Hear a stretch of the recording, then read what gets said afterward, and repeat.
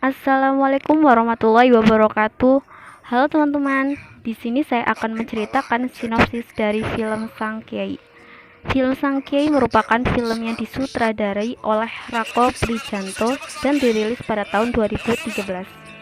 Film Sang Kiai menceritakan tentang awal kedatangan Jepang di Indonesia yang membuat keadaan masyarakat Nusantara semakin berada dalam kemiskinan.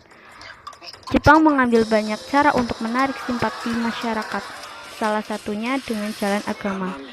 Film ini adalah kisah dari seorang tokoh besar agama Islam, yaitu Kiai Haji Hasyim Asy'ari, pendiri Pondok Pesantren Tebu Ireng, Jombang, dan organisasi Nahdlatul Ulama. Yuk simak sinopsisnya dan tonton sampai habis.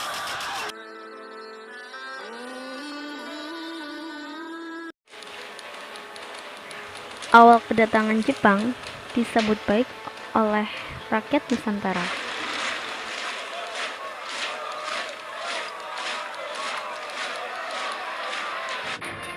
Pada suatu hari, Kiai Haji Hasyim Asy'ari dituduh telah menghasut rakyat, sehingga terjadi kerusuhan di Pondok Pesantren Tebu Ireng. Beliau dipaksa untuk melakukan sekre.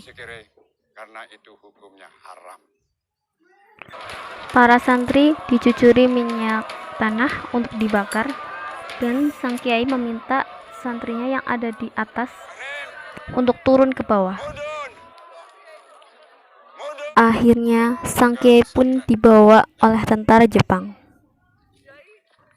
Dan ada satu santri yang ingin ikut bersama dengan Kiai. Saya ikuti Aisyah.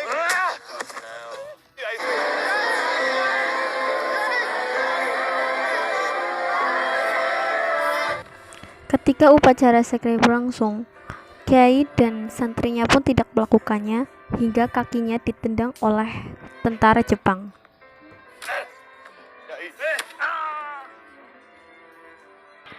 Melihat Kiai yang mendapat perlakuan kejam dari tentara Jepang, santri Tebu Ireng berbondong-bondong mendatangi markas Jepang, walaupun dengan hasil yang kosong. Beliau menolak menandatangani perjanjian, hingga jari-jarinya dipukuli palu oleh tentara Jepang. Jepang pun memindahkan Kiai Haji Hasyim Asy'ari ke Mojokerto.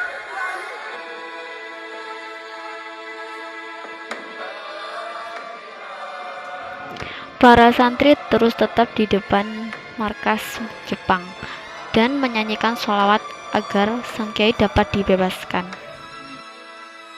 Ini kewajiban saya sebagai sesama muslim. Kiai Haji Wahid Hasyim bersama para tokoh agama lain menempuh keadaan ini dengan jalan diplomasi.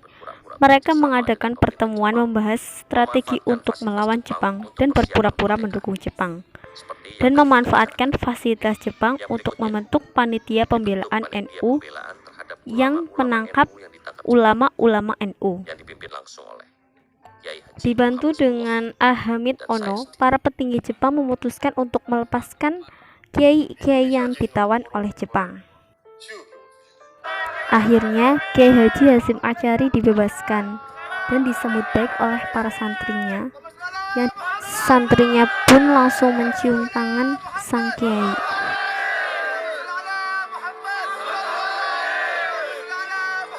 Pada 7 Desember 1948 di Batavia, Jepang mengumpulkan seluruh kiai di Jawa hingga Oktober 1943.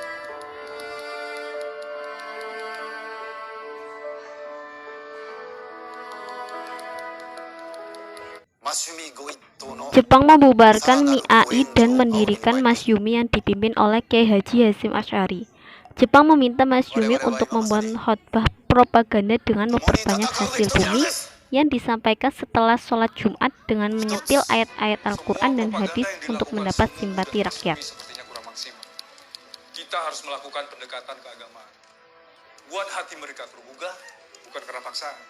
Jadi setiap propaganda yang dilakukan sehabis sholat Jumat harus menyitir ayat-ayat suci Al-Quran dan juga tentang hadis-hadis memperbanyak hasil bumi. Namun, kebebasan Sang Kiai tidak membuat penjajah Jepang mundur. Jepang memaksa rakyat Nusantara untuk melimpahkan hasil bumi. Jepang menggunakan Masyumi yang diketuai oleh Kiai Haji Hasyim Asy'ari untuk menggalakkan cocok tanam dan rakyat wajib menyetorkan hasil panennya kepada tentara Jepang. Pada 14 Agustus 1945, Jepang menyatakan kekalahan. Jepang berada dalam keadaan yang semakin melemah. Kapten Jepang mendengar semua itu, kemudian ia bunuh diri dan orang-orang yang ada di dalam tahanan Jepang dibebaskan, terutama perempuan ini dijadikan sebagai penghibur tentara Jepang. Sekutu mulai datang. Soekarno mengirim utusan ke Tepu Ireng untuk membantu mempertahankan kemerdekaan.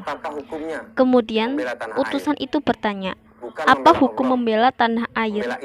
Membela tanah air hukumnya fardhu ain. Perang melawan penjajah adalah jihad fisabilillah.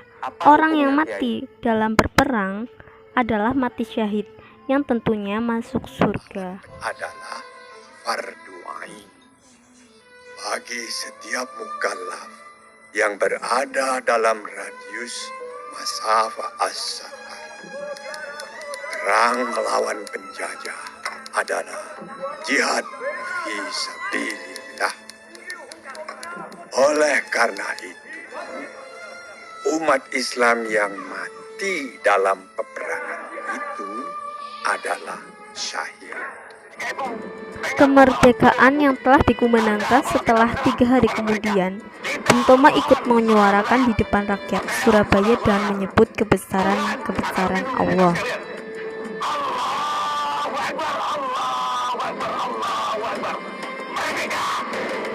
Yang terjadilah revolusi jihad di Surabaya dan para santri bersiap untuk berjihad membela tanah air.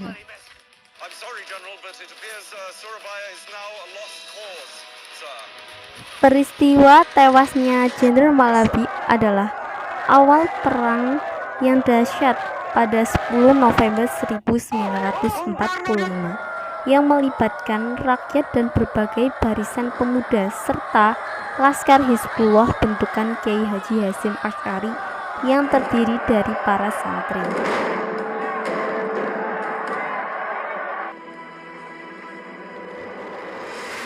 Situasi yang semakin genting dan kembalinya Belanda yang diboncengi sekutu menuju Indonesia dan mencoba untuk mengetak para pejuang dengan dikeluarkannya agresi militer 1.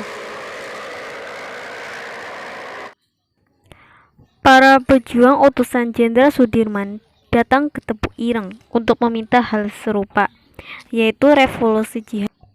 Di sela-sela perbincangan tersebut, tiba-tiba Kiai Haji Hasyim Asy'ari memegangi kepalanya dan lemas seketika. Dan saat itulah beliau wafat kembali kepada Sang Pencipta.